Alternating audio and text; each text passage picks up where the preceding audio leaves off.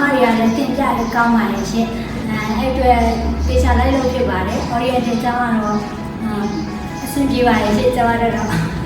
ခိုင်းမှအပိုင်းနေပါလေဆိုလို့ရှိရင်တက်တောင်မတက်ဖြစ်တော့လားအဆင်ပြေတယ်ပေါ့နော်အချိန်ပိုင်းခိုင်းမှအချိန်ပိုင်းနဲ့ထည့်ပေးတယ်ပြီးတော့ listening တွေပါလေဆိုတော့တေချာလေးသင်ပေးခဲ့တယ်ပေါ့နော် listening လေးတေချာတာပြုပေးတော့နော်အဆောက်အအုံရအလောက်စီပြောတယ်ပြန်စစ်ပေးရတာရှိပေါ့နော်ကိုစာလုပ်လားမလုပ်လားအဲ့လိုမျိုးကိုတဘာလေးအစားပြန်စစ်ပေးတယ်လို့ကိုအတွက်စာလေးလုပ်ဖြစ်တဲ့အစီအုံကြီးကိုတော်တော်လေးအဆင်ပြေပါရှင့်ခါဒ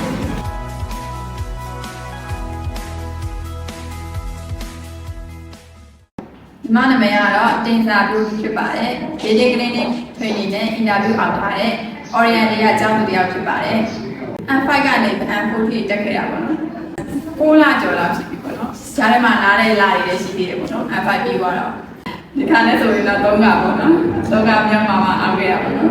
ဒီဝက်ဆက်ကတော့အပြုံးပေါ့နော်အပြုံးနဲ့စိတ်လှုပ်ရှားတဲ့အကျင့်တွေကြောင့်ပေါ့နော်အဲဒါကြောင့်ဒီတာကိုအောင်ခဲ့ရပေါ့အဲ့ဒီအကျင့်တွေကိုဖျောက်ပြီးတော့အများကြီးကြိုးစားခဲ့ရတယ်ပေါ့နော်အပြုံးပေါ့အမြဲတမ်းလေးကျင့်တယ်ဂျီဝဆိုတိုင်းပြောတိုင်းဂျီဝဆိုတိုင်းပြောတဲ့အပြုံးလေးကျင့်တယ်အမြဲတမ်းပြုံးနိုင်ဖို့အမြဲလေးကျင့်တယ်ပြီးတော့စိတ်လှုပ်ရှားနေတဲ့အကျင့်တွေကိုလည်းအဲ့လိုပြင်လာပေါ့နော်တဖြည်းဖြည်းနဲ့ထိန်းချုပ်လာပေါ့နော်စိတ်လှုပ်ရှားကိုစိတ်ကိုထိန်းတာပေါ့နော်ပြီးတော့အသက်ဝါရှူအဲ့လိုအင်တာဒုက္ခနဲ့ဝင်နေကြတဲ့အသက်ဝါရှူရဲ့ပြီးအဲ့လိုပြန်ထုတ်တာအဲ့လိုလုပ်ခဲ့တယ်ပေါ့နော်โอเคရုပ်ကြည်ရတော့ရှိခဲ့တယ်ပေါ့နော်တကယ်လည်းအောင်တော့အရင်အောင်ပြောခဲ့ရအောင်ဒီကအချက်ကတော့အပြုံးရင်ပြီးတော့လေဒီစိတ်မလှုပ်ရှားတဲ့အကျင့်အဲ့ဒီအကျင့်တွေကိုပြင်ကိုကကိုယ့်ကိုယုံကြည်မှုမရှိတဲ့ခါကြလို့ရှိရင်လေ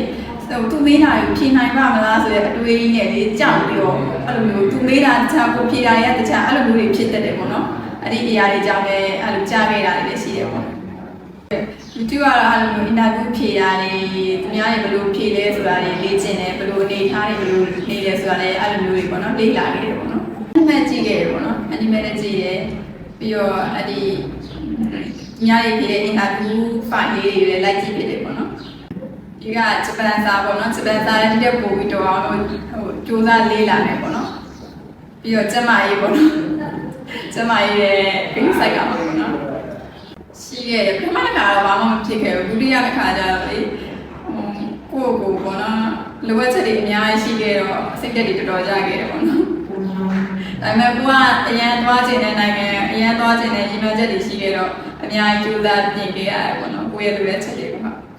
ဒီနိုင်ငံမှာဒီအလုံးမှာပေါ့နော်အင်တာဗျူးအောင်ခဲ့တဲ့အလုံးမှာညီမတွေကအများကြီးရှိခဲ့တဲ့အတွက်ဒီအဲကြောင့်ဒီနိုင်ငံကိုပဲရေးထည့်ခဲ့အိမ်ရလည်းဒီနိုင်ငံကိုပဲစိတ်ချတဲ့အတွက်ပေါ့နော်နိုင်ငံကိုပဲသွားဖို့အဆုံးဖြတ်လိုက်တော့ဒီမှာကိုရိုင်းရလည်းတကယ်တနက်ရှင်းနေရကြိုက်တယ်ပေါ့နော်ကြိုက်တဲ့အတွက်ကြောင့်ဒီအလုပ်ကိုတကယ်လည်းစိတ်ဝင်စားတယ်ပေါ့ဒီကျောင်းကပေါ့နော်အမြဲသူများကျောင်းတွေလည်းဆိုင်အများကြီးအဆင်ပြေခဲ့တယ်ပေါ့နော်တော်တော်ထွေးမိတာတော်တော်အဆင်ပြေခဲ့တယ်ပေါ့နော်အတန်အနေအမြင့်အတက်အကျတွေလည်းအကုန်လုံးထွေးပေးခဲ့တယ်ပြီးရင်ဘယ်လိုနေရာမှာဘယ်လိုမျက်နှာထားလေးဘယ်လိုပုံစံလေးနေရမယ်အစားပေါ့နော်ဆဆရထွေးပေးခဲ့လို့ဆရာလေးလည်းအများကြီးကျေးဇူးတင်ပါတယ်။ကဲဟိုကအင်တာဗျူးကြတာပဲဖြစ်ဖြစ်ပေါ့နော်။ဗာလေကိုသွားချင်တဲ့လမ်းလေးပြောက်ခဲ့တာပဲဖြစ်ဖြစ်ကိုသွားချင်တဲ့ရီမန်းချက်ပန်းနိုင်ကြီးရှိခဲ့လို့ရှိရင်အာမလျှော့ပန်းနဲ့ဆက်ပြီးလျှောက်ပါတနေ့ကျရင်တော့တနေ့အောင်မြင်မှာပါလို့ဟုတ်။ဟုတ်ကဲ့အကုန်လုံးအစင်ပြေကျောင်းကလေခိုင်းမှအပိုင်းနေပါလေဆိုလို့ရှိရင်တက်တောင်မတက်ဖြစ်တော့လားအစင်ပြေတယ်ပေါ့နော်။အချိန်ပိုင်းခိုင်းမှအချိန်ပိုင်းနဲ့ထည့်ပေးတယ်ပြီးတော့ listening တွေပါလေဆိုတော့တေချာလေးသင်ပေးခဲ့တယ်ပေါ့နော်အားကောင်းတော့ဟုတ်ကဲ့အားကြောင့်မို့လို့အကုန်လုံးအဆင်ပြေပါတယ်အခုလိုမျိုးအားခဲ့တဲ့အတွက်ဆက်ရှိလက်ရှိနဲ့ထွေးပေးခဲ့တဲ့ဆန်းဆန်းတို့လည်းအများကြီးကျေးဇူးတင်ပါတယ်